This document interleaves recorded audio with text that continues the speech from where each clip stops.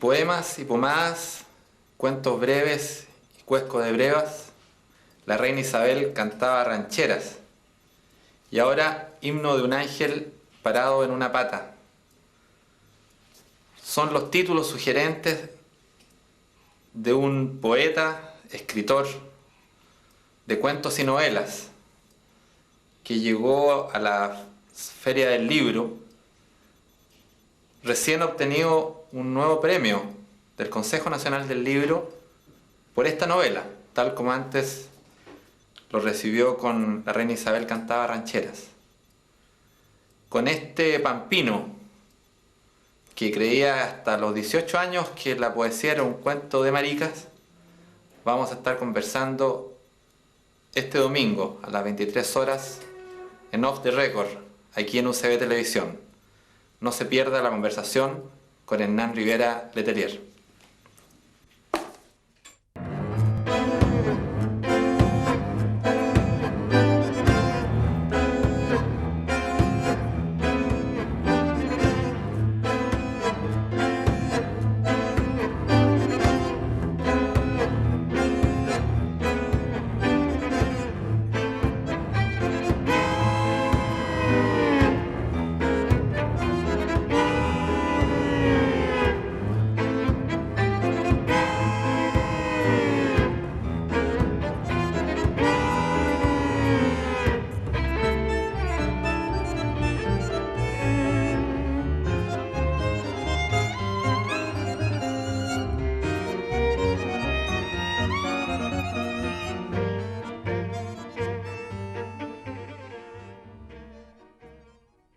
Buenas noches.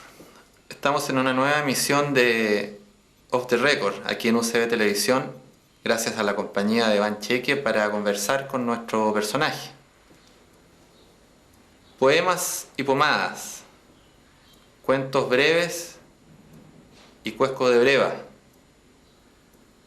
La reina Isabel cantaba rancheras, himno del ángel parado en una pata. Títulos sugerentes que traducen la creatividad, la ironía y el humor del escritor con que estaremos hoy día. Él hasta los 18 años creía que la poesía era un cuento de marica.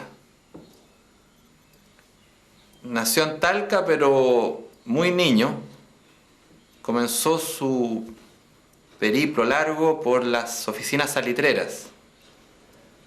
Su primera infancia la hizo en la oficina de Algorta. Sus padres evangélicos, en una casa de Calaminas donde de tener un letrero de casa de pensionistas pasó a ser el recinto de la iglesia evangélica. Ya en la ciudad, en Antofagasta, después que murió su madre y se cerró Algorta, conoció la suerte de un niño medio huérfano, con un padre que trabajaba en el mineral, que recorría la ciudad con la marca de los tímidos, con las 3 S's, de solitario, silencioso y soñador. Fascinado con el cine mexicano principalmente y con Rosita Quintana sobre todo. Embelesado con los charlatanes de las calles, a los que con su cara de niño bueno siempre terminaba ofreciéndoseles como el secretario para trabajar con las culebras. Por esas calles salía muy temprano, a las 5:30 de la mañana, a repartir sus 33 diarios, los que trataba de entregar rápido para sumergirse en la ciudad, en la aventura de una ciudad que le llamaba y le hacía los primeros guiños al amor, al erotismo, a los juegos, a los riesgos de ese niño adolescente solitario. Esa historia es más o menos, la que se cuenta en su segunda novela, en El himno del ángel parado en una pata. Porque todas esas historias las vivía con la imagen de ángeles que surgían de las cosas o de los animales, de un pedazo de escarcha o de una gallina. También buscando el ángel guardián. Esa segunda novela, El himno del ángel parado en una pata, la acaba de presentar en la Feria del Libro que está terminando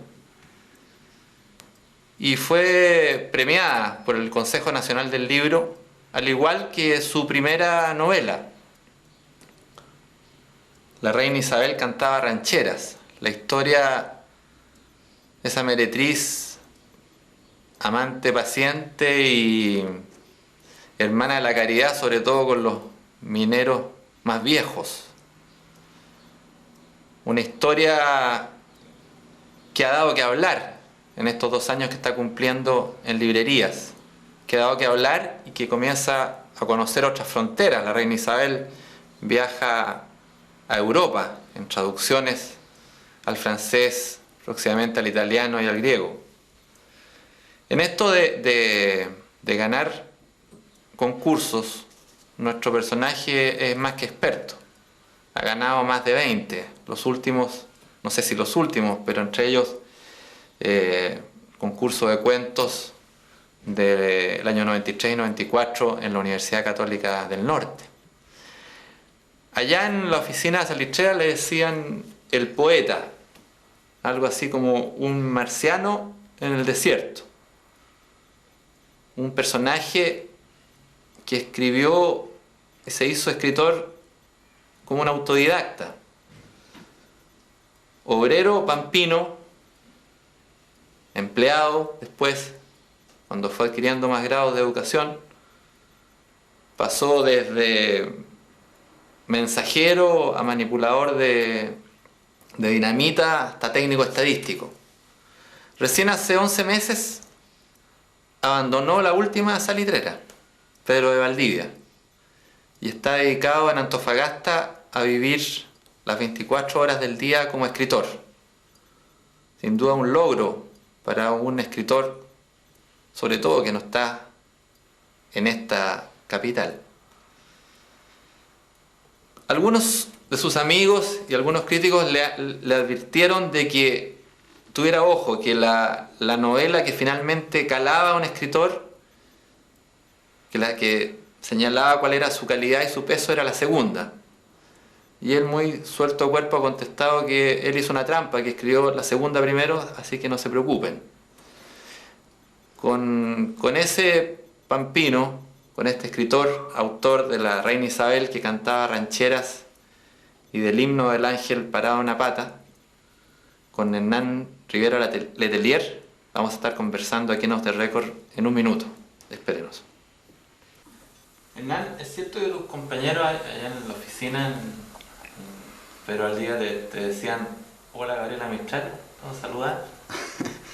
Claro, eso fue después de comenzar a ganar los primeros concursos de poesía y de comenzar a aparecer en los diarios. Los viejos de La Pampa me llamaban el Gabriela Mistral. En cualquier otra parte de Chile te hubieran dicho el Pablo Neruda, pero ahí en La Pampa no, el Gabriela Mistral. Ahora, en esto de los libros y tu familia, el único libro familiar que tú recuerdas haber tenido a mano siempre es la Biblia, ¿no? La Biblia, claro, en mi casa, como era evangélico, no se leía ningún otro libro que no fuera el libro de los libros, que es la Biblia. Ahora, ¿es cierto que te impactó tanto porque tú encontraste el tiempo después, cuando ya habías empezado ya a escribir poesía? Encontraste una antología de Alfonso Calderón, que descubriste a poesía de Nicanor Parra, de Linda, Arteche, en fin, de algunos maestros de la poesía. ¿Es cierto que después de eso llegaste corriendo a botar o a quemar lo que habías escrito antes en poesía? Es cierto, mira, eso fue una historia muy linda. En Pedro de Valdivia, en esa oficina, había una sola librería en el campamento, en donde lo único que no se vendía, en donde lo único que no había, eran libros. Y una tarde, pasando por esa calle, veo en la vidriera un libro, y era Antología de la Poesía Contemporánea, Antología Chilena de la Poesía Contemporánea, de Alfonso Calderón. Por supuesto que entré, pero como desesperado, pensando en que alguien me lo pudiera ganar, ¿ah? Porque era el único. Entré y lo compré. Recuerdo que andaba con la plata justo para, qué sé yo, el pan y la mantequilla. Me la gasté. Estuve 3 días como deslumbrado, descubriendo lo que en realidad era la poesía. Descubrí a Parra, descubrí a Lin, descubrí a Gonzalo Rojas, descubrí a mi gran amigo Gonzalo Millán, descubrí a Manuel Silva Acevedo, un gran poeta, a Oscar Ján. Entonces, y descubrí, sobre todo, que con palabras simples, con palabras que yo usaba a diario, se podía hacer un poema. Con palabras como piedra, árbol, pan, se podía hacer una obra de arte. Porque antes de eso, yo pensaba que una poesía no era una poesía sino ya esas palabras rimbombantes. Yo empecé a escribir la poesía sin tener la menor noción de lo que era la poesía. Hasta los 21 años jamás antes tuve un libro de poesía en mis manos. Entonces descubrir esa antología fue algo para mí que me cambió la vida, prácticamente. Me cambió la visión de la poesía. Como te digo, después de 3 días de leerla y de releerla y de llevarla a la mina y de esconderme de los jefes y leerla detrás de los folones, llegué a mi casa, me acuerdo, una tarde, tomé toda mi producción poética, que eran cerca de 100 poemas,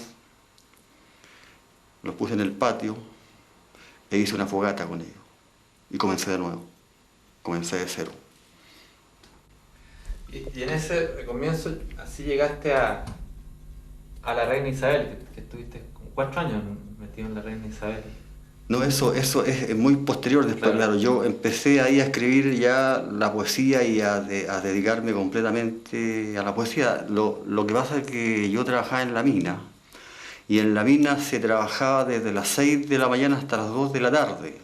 Entonces me quedaba toda esa inmensa tarde de pampina, en que mis compañeros de trabajo la ocupaban en, como decían ellos, ir a pasar la tierra, o sea, ir a jugar a la rayola corta, ¿ah? A los ranchos, ellos se llamaban ranchos, donde sonaba la música ranchera, por supuesto. Entonces yo, como no he sido nunca muy bueno para el trago, por lo menos ese no es mi vicio, me dediqué ya a escribir, digamos, ya más en serio. Escribí poesía durante casi 15 años. Y pasé al cuento, pero fue un paso inconsciente, no premeditado. De repente descubrí que mis poemas me estaban saliendo demasiado anecdóticos, como que contaban historias. Y empecé como a ver que más que poemas eran microcuentos. Entonces lo comencé a trabajar como cuento, y realmente eso eran cuentos cortos, cuentos breves, que luego se fueron estirando, se fueron como agrandando. Y una tarde yo me siento a escribir un cuento de una anécdota que me había contado un viejo hacía cerca de 10 años en la mina, en que yo pensé que era un cuento que me iba a salir de unas 15 páginas. Bueno, llegué a la 15, llegué a la 20, llegué a la 25, pasé a la 30, cuando ya en la 40 páginas me di cuenta, no, esto es una novela. Y esa era la Reina Isabel. Y ahí salió la Reina Isabel.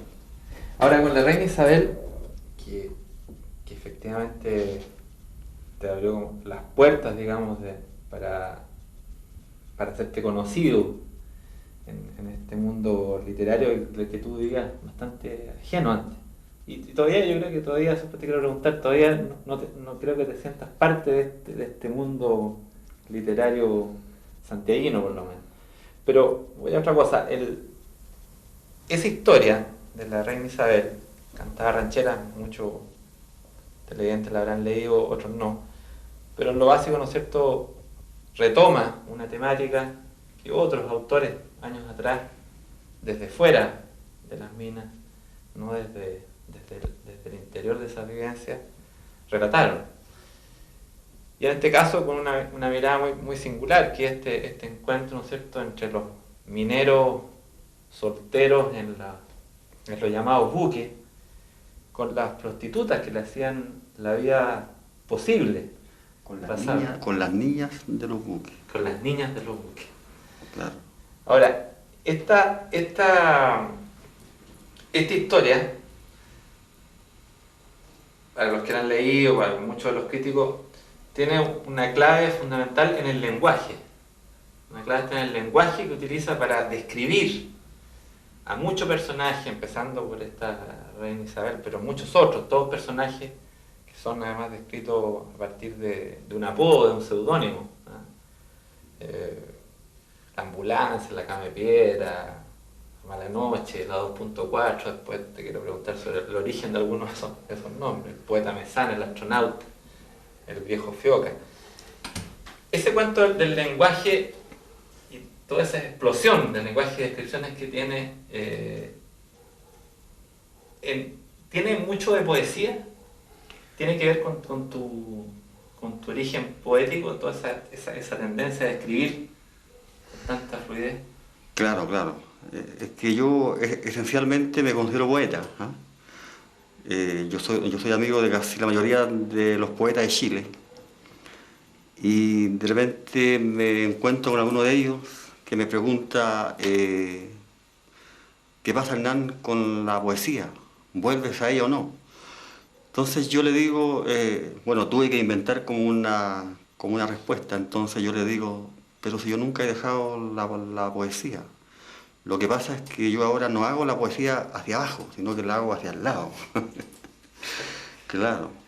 Ahora, en esas descripciones fantásticas, que algunos que siempre andan buscando como poder encasillar la literatura, las novelas, dicen, se parece al realismo mágico, como si eso fuera como algo muy decisivo. Pero efectivamente, por ejemplo, en las descripciones de las proezas sexuales de alguna de las, como la Chamullo, un personaje que es una larga descripción de sus gracias amatorias, o la descripción de otro personaje magnífico como otra de estas mujeres, estas niñas, la ambulancia, que le dan como todo un sabor a esa historia, que toda la historia se desarrolla alrededor del velorio y del entierro de la reina Isabel, ¿no es cierto? Pero algunos de los que han criticado, porque tú tuviste muy buena crítica, pero algunos quisieron ver como que, a mi juicio, criticaron esta novela como diciendo que todas estas descripciones que tú hacías las sacaban de la historia central, de una historia única. ¿Cómo te llegaron a ti esas críticas? Bueno, generalmente casi, digamos que no me importan las críticas. Sobre todo no me importan las críticas malas. Claro. No, yo cuando empecé a escribir la reina Isabel, digamos, la idea era escribir una novela como a mí me gustaría leer una novela. Entonces, yo escribí La reina Isabel pensando en mí como lector. Y la cosa del lenguaje, que fue en lo que trabajé durante los 4 años que me demoré en escribir esta novela, pienso que con el lenguaje yo logré darle a la reina Isabel esa cosa universal que tiene. Porque toda la literatura de antes, que trató de la pampa, del desierto de Atacama, ¿cierto? Fueron escritas por tipos que fueron a la pampa, vieron cómo trabajaba el pampino y se espantaron. del paisaje, se espantaron del trabajo salvaje del Pampino. Entonces escribieron, como tú recién decías, escribieron la historia desde afuera. Y escribían como elegías Claro, en un tono lamentoso así, ¿ah? Pero ellos no se daban cuenta que pese a todo ese entorno dramático del Pampino, ¿cierto? Pese al paisaje planetario, el Pampino era un tipo alegre y que vivía su vida como en cualquier parte, con sus ratos de tristeza, sus ratos de alegría, en fin. Entonces lo que yo hice fue contar la historia de la Pampa, ¿cierto? Desde adentro hacia afuera. Y lo que yo pensaba era hacer con mi novela una obra literaria. O sea, más que el valor testimonial que tuviera para el pampino, para la gente que conocía esto de la Pampa, me interesaba hacer de esta novela una obra de arte, que se parara sola como una obra de arte, que la leyera un tipo en Australia y la encontrara buena y le gustara, ¿no? Y pienso que lo logré, porque la reina Isabel acaba de saltar el charco y se fue a trabajar a Europa. O sea, yo puedo decir que me he convertido en un cafiche internacional de la reina Isabel. Hernán, el cuento este del lenguaje, precisamente por la historia, por las relaciones que escribe, y el lenguaje, ahí está el gran logro, porque tú tenías que moverte entre dos peligros, o un lenguaje que pareciera vulgar al lector de aquí o al de Australia o al de Alemania, o que por evitar el realismo, la historia conocida tal cual es, llegar a un acartonamiento y a hacer un lenguaje ciútico. Yo pienso que ahí está como la clave, digamos, de cómo se cuenta la historia de la reina Isabel. Claro, y como te digo, eso fue lo que me costó más, porque la historia en sí estaba, ¿cierto? La mayoría de lo que se cuenta en esta novela, yo lo viví, lo vi o me lo contaron, ¿ah? Entonces la historia, el fondo estaba, ahí hay que buscarle la forma, ahí hay que buscar un lenguaje para contar esto. Y después descubrí algo muy sencillo. Descubrí que esta historia se podía contar con el estilo de la música ranchera. No sé si tú has escuchado, bueno, por supuesto todo el mundo ha escuchado una ranchera. Y resulta que en una canción de estas se puede estar contando una historia muy triste, dramática pero con una música alegre, con una música que te espeluzna, las trompetas, los violines, los guitarrones, ¿cierto? Entonces, ese fue el estilo en que yo escribí La Reina Isabel, ¿ah? Un estilo de música ranchera. De repente se puede estar contando cosas dramáticas, pero en un tono festivo, en un tono alegre, porque el pampino es alegre. Eso está muy presente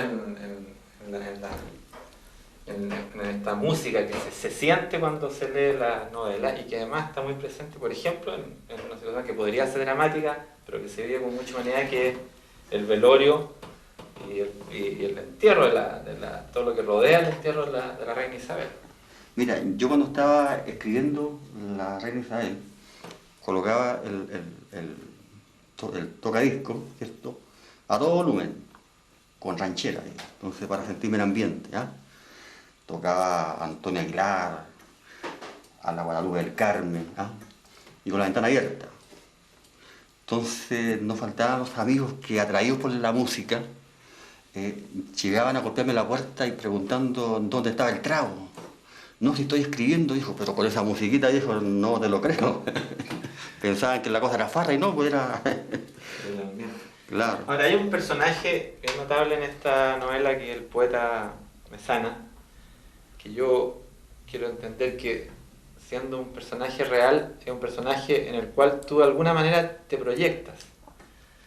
O sea, en este poeta es un poeta un personaje que es raro para ese ambiente, pero que es un personaje clave porque es el que en todas las ceremonias hace los discursos, es el que pasa de contrabando frente al control militar ciertas frases, que entienden los mineros, el que hace los guiños, y es un personaje muy humano que mantiene una amistad con algunas de las niñas, precisamente con la 2.4 muy, muy fuerte. ¿Hay una proyección tuya hacia ese perfil de personaje puesto en la mina? Sí, pienso que hay bastante de mí, sobre todo en el personaje, pero también hay algo en el viejo Fioca, también hay algo en el hombre de fierro, en el cachadiablo, pero claro, sobre todo pienso que Poeta Mesana es como mi alter ego ahí en la novela. Yo no te quería pedir que le leyera a los televidentes precisamente una parte en que hay el discurso fúnebre del poeta Mesana a la reina Isabel, el comienzo que está en este capítulo, se lo puedes leer. Bueno, esto yo tendría que leerlo con el bozarrón de capataz de Carrilano, cierto que se dice en la novela y se cuenta que tenía el poeta Mesana. El poeta Mesana está inspirado en un personaje que realmente existió, yo lo conocí. Era un viejo que trabajaba en la mina y que en ese tiempo en que este país era un largo regimiento y nos hacían desfilar todos los domingos en la plaza en un homenaje a la bandera, que los viejos decían huevonaje a la bandera, este minero se mandaba unos poemas kilométricos en la plaza allá y con el bozarrón que tenía, que hacía poner la carne de gallina hasta los gorriones de la plaza. Pero vamos a hacer lo posible. Este es el discurso fúnebre que el poeta escribe para la reina Isabel, una parte.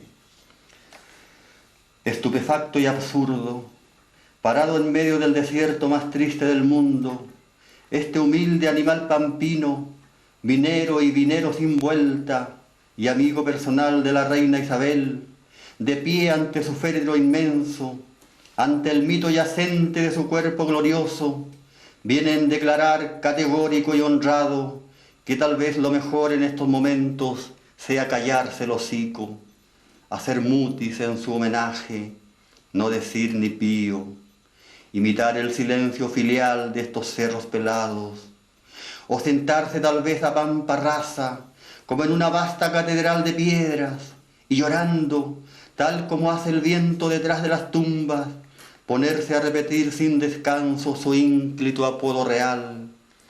Oigan al viento gemir inconsolable detrás de cada tumba, Reina Isabel, Reina Isabel, Reina Isabel, mientras de pura pena, con sus alambres mentales perturbados, va lamiendo y relamiendo las viejas flores de papel. Aunque tal vez maldita sea quien dice que lo mejor en estos momentos no sea mandarse a cantar a todo grito la más sentida ranchera de amor, una canción de Guadalupe del Carmen, su favorita de toda la vida, sería, creo yo, el más glorioso responso que esta muerta egregia quisiera oír.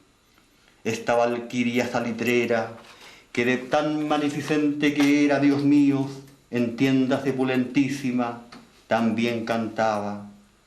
Como si ser puta en estos salitrales del carajo no fuera de por sí ya lo bastante épico, con una voz de gorrioncillo evangélico, esta melancólica menina del sexo también, además, cantaba. Bueno, con Hernán Rivera seguimos conversando en un minuto. Espérenos. Hernán, esa alegría de vivir o asociar los sentimientos a la música, a la ranchera mexicana, está también se trasluce en el himno del Ángel para una pata, como algo que está ahí, en distintos intérprete durante la novela. Pero con mucha fuerza está en la historia de este niño, en su relación con el cine, y con el cine mexicano, y con la figura fuerte de Rosita Quintana. ¿Qué es lo qué era para ti esa Rosita Quintana descubierta ahí en la ciudad de Antofagasta, después que entiendo que cine tú no habías visto, salvo por el rabillo de un ojo por ahí, porque era algo medio prohibido y que no existía mucho en la salitrera, ¿no? Claro, mira, en Algorta, donde viví mi infancia hasta los 9 años, había un biógrafo, pero como mis padres eran evangélicos, el cine era una cosa mundanal, una cosa totalmente prohibida, como el baile, como escuchar música, como tocar guitarra, incluso como el deporte. Entonces, claro, yo la primera vez que vi, digamos, 2 segundos de cine fue a través de un portillo que había en una puerta lateral de este biógrafo, una puerta tan esquinada, digamos, al telón, que las imágenes se veían como alargadas, ¿ah? Y este portillo había sido hecho por una mujercita que vivía cerca del biógrafo y que usufructuaba de él, porque le cobraba a los niños un peso de cobre por una miradita, ¿ah? Y una vez yo no resistí más la tentación de lo que me contaban mis amigos sobre el cine, sobre las seriales de Tarzán y esas cosas. Y me conseguí un peso, se lo pasé a esta mujer y me dejó ver, pero una cosa así de un instante nomás.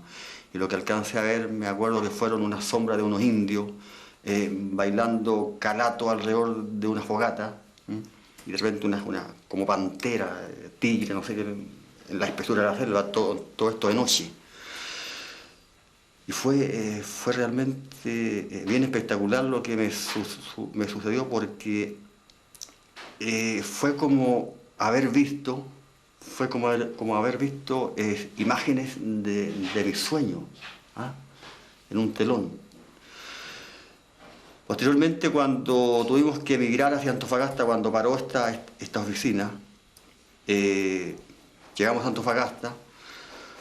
A los 15 días de llegar a Antofagasta, mi madre muere, mi padre tiene que ir a trabajar a un mineral y baja cada 15 días a la casa a verme, yo quedo solo, empiezo a vender el diario en las calles de Antofagasta y empiezo a descubrir el ruido mundanal que le llaman los evangélicos, a descubrir el mundo de los gentiles, ¿ah?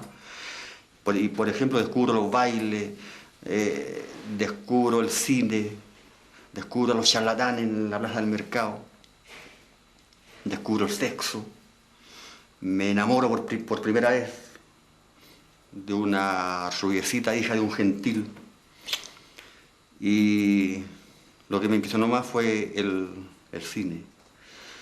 Me acuerdo que a veces dejaba de comer, ¿cierto?, para entrar al cine.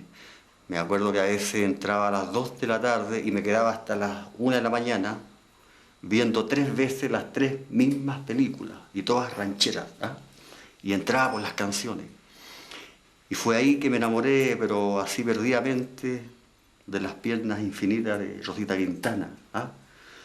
Que hace poco, escribiendo la novela, me entero de que mi amor de infancia no era mexicana, era argentina. Ahora, junto con el cine, una de las cosas que aparece maravillando a este niño que descubre lo mundanal, esta relación con los charlatanes. Yo decía en la presentación además que por la cara de niño bueno que parece que tenía, te elegían siempre como secretario para jugar con las culebras. Eso, ¿qué es lo que te fascinaba de los charlatanes? Su capacidad de uso del lenguaje, el uso de la palabra.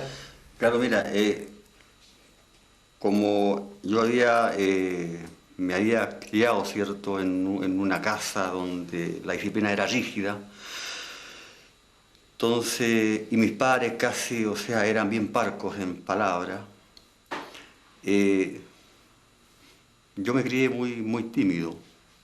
Entonces yo era más bien, como tú dijiste, era silencioso, solitario y soñador.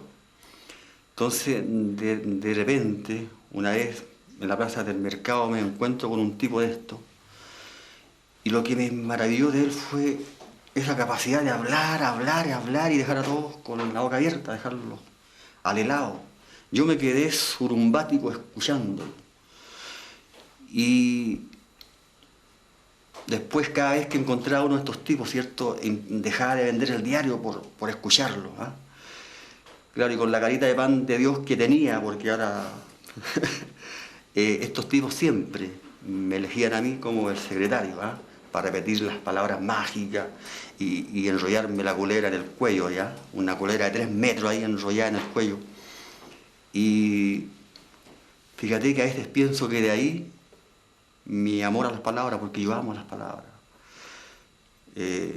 Tal vez como no soy muy hablador, muy charlatán, entonces las empleo en la escritura.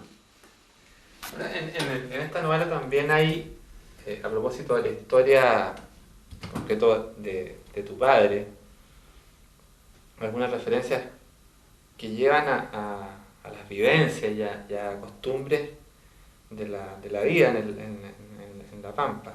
A mí me llama mucho la atención este personaje que termina siendo muy severo, muy rígido aparentemente, pero que atrás tenía una historia de haber sido campeón de tango y de milonga, que había tenido una historia anterior por la cual había jurado no volver a La Pampa con un conflicto a raíz de un amor que había deshonrado a una Problema de falda. problema de falda.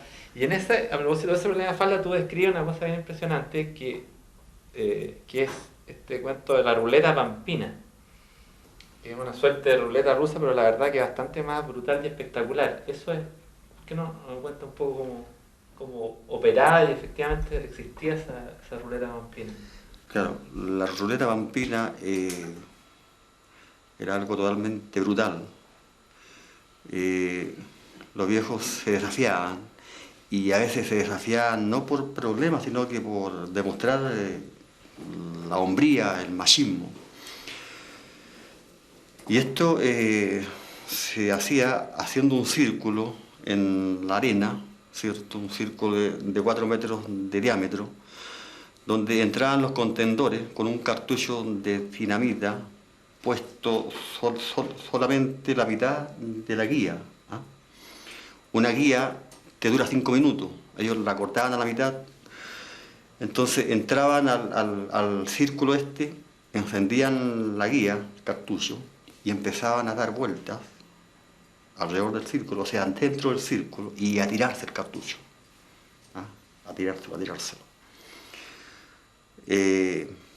Cuando ya no quedaba guía, ¿cierto?, en el cartucho, ya cuando estaba por explotar, uno de los dos tenía que rendirse y tirar el cartucho lejos, si no quería que le explotaran las manos. Y mi padre tuvo uno de estos duelos, y según me contaba él, fue algo bien terrible. Incluso después de terminar esto, el duelo este, al día siguiente él, sin pagarse, pescó su mono y se devolvió al sur. Estuvo a punto de morir destrozado por el tiro de dinamita. Ahora, en torno a esto de los tiros de dinamita, también hay un relato de una relación de Hildebrando, que es el personaje del himno del ángel para una pata, que cuenta su amistad con un amigo, con el Curiche, que tenía un oficio de destazador de tiro, que consistía, entiendo, en meterse en la profundidad del hoyo para calzar poner la carga, digamos. Claro.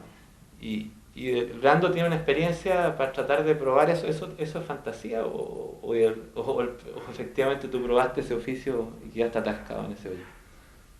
No, bueno, en la novela eso es verdad.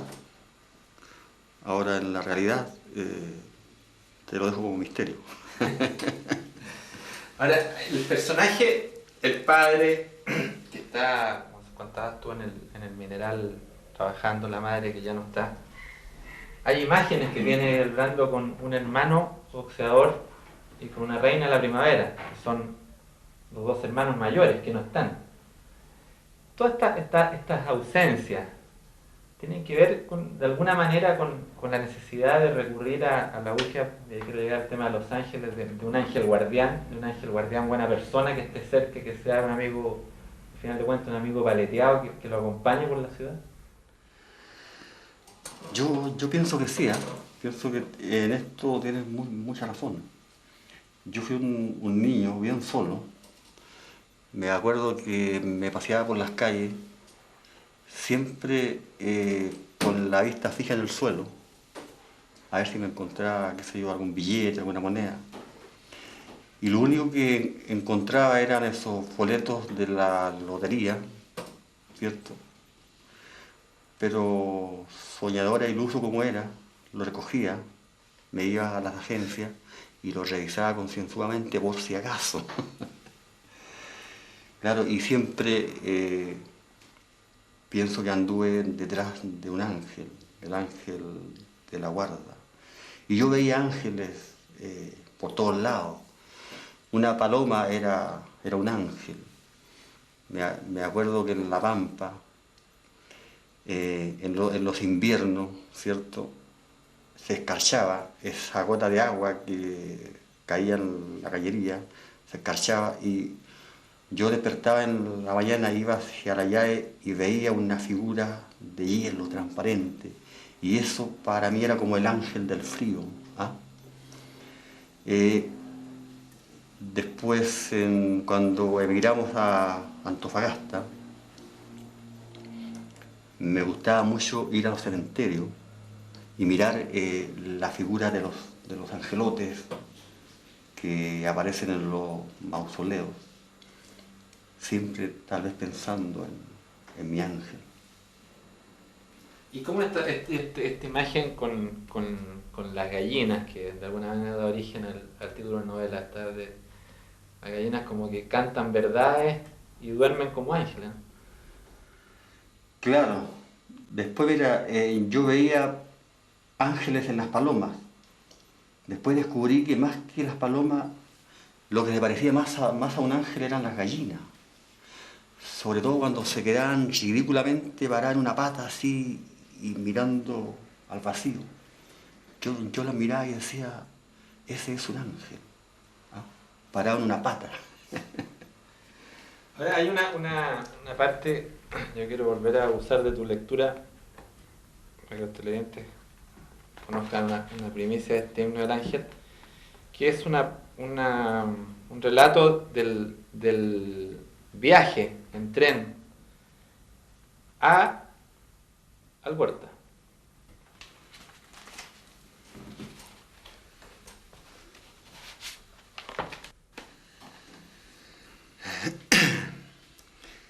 Fíjate tú que con este párrafo, se me acaba de ocurrir hacer una cuarta novela sobre La Pampa. Dice, esto cuenta la llegada de mis padres, conmigo por supuesto guagua,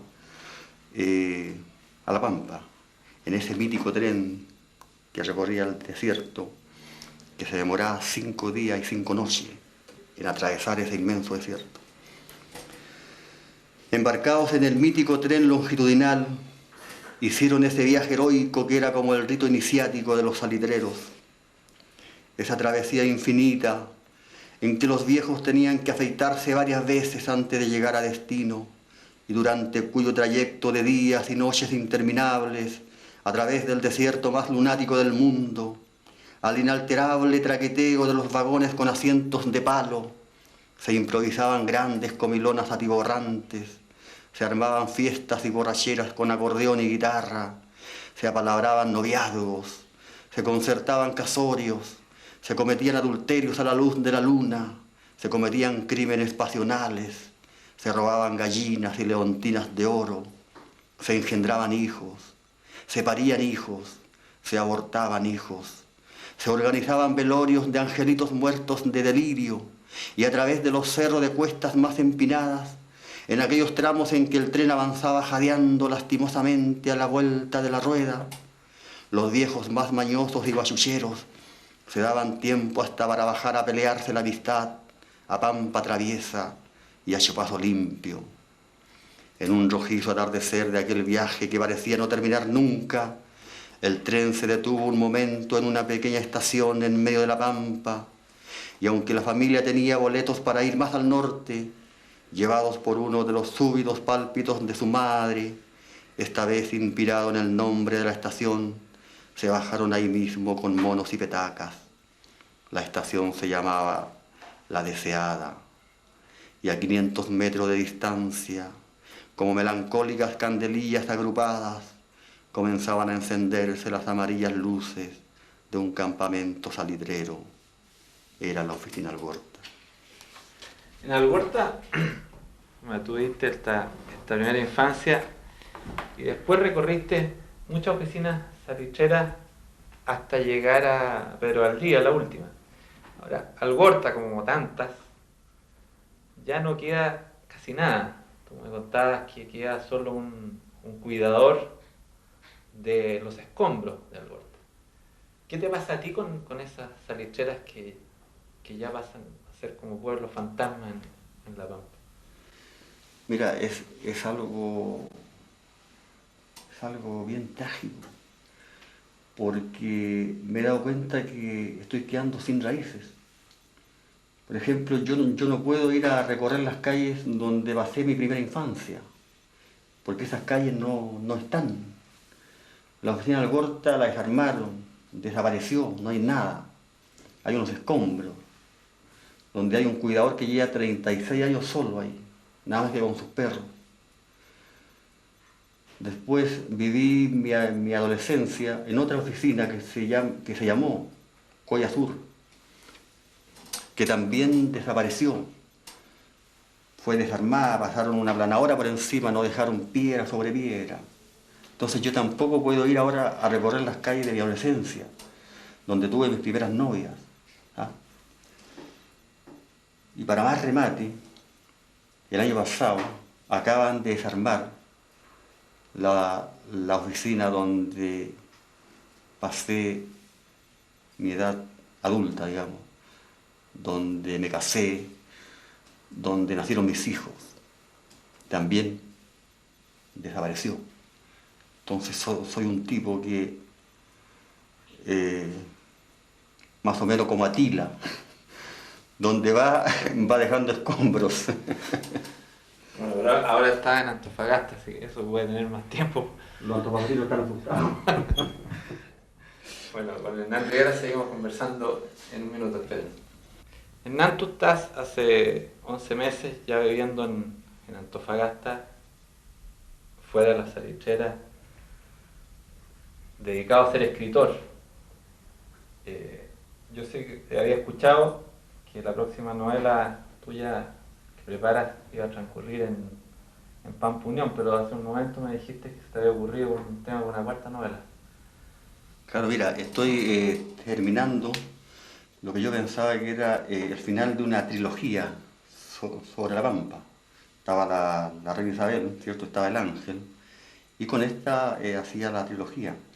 Pero como te contaba hace cosas de un mes y tanto, se me ocurrió hacer la novela y no me resistí la tentación, dejé de lado la tercera novela y escribí la primera página de lo que va a ser mi cuarta novela. O sea, la trilogía se convierte en cuatrilogía, o en tetralogía, como dicen los que saben más. Ahora la reina Isabel va a llegar, parece, al teatro. Llegó al teatro. Y hay 2 obras de teatro que se están prontas a conocer de la reina Isabel. ¿Qué está pasando con eso? Mira, se está haciendo una obra de teatro en Antofagasta, que la está haciendo el grupo de teatro de la Universidad de Antofagasta, dirigida por Ángel Latus, que es un director muy bueno, y que además es pampino. Entonces el tipo está pero alucinado con esto, él dice que esta es la hora de su vida, entonces se lo está poniendo todo. Y aquí en Santiago se está haciendo una versión muy buena, que yo acabo de verla, y la está haciendo Gustavo Mesa, el director del Teatro Imagen. Y me tocó presenciar esta obra, y realmente se siente algo extraño ver a los personajes que uno creó, ¿cierto?, en el papel, verlos en escena, verlos en carne y hueso. De repente el corazón se me apretaba. Fue una experiencia y una emoción bien fuerte. ¿Qué ha pasado, Hernán, con tu familia y esta transformación? Porque tú, cuando te casaste con tu mujer, eras un pampino, entiendo que bueno para bailar, bueno, para pasarlo bien, de repente te empezaste a escribir. ¿No lo resintió la señora? Claro, a mi pobre compañera le cambiaron el paquete así a poco de haberse casado, que ella se casó con un tipo al que le decían el loco, un tipo que le hacían ronda cuando bailaba, por ejemplo, el rock de la cárcel.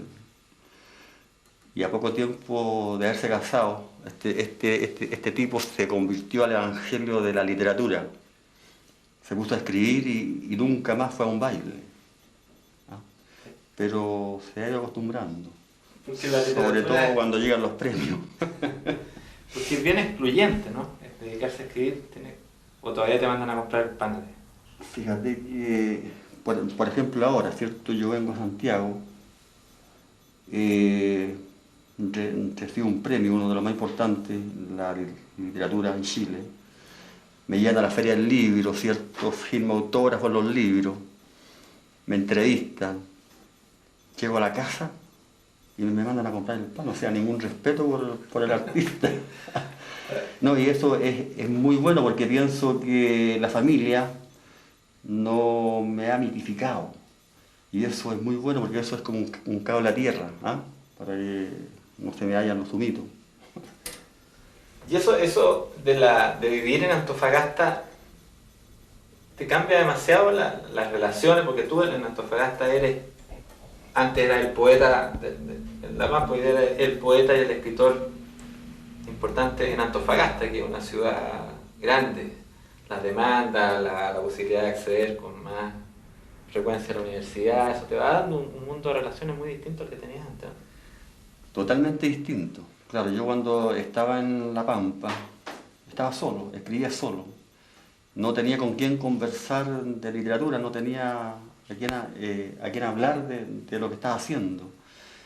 Y era tanta la necesidad de conversar que yo viajaba a Antofagasta única y exclusivamente a ver a mis amigos y conversar de poesía y conversar de literatura, intercambiar libros.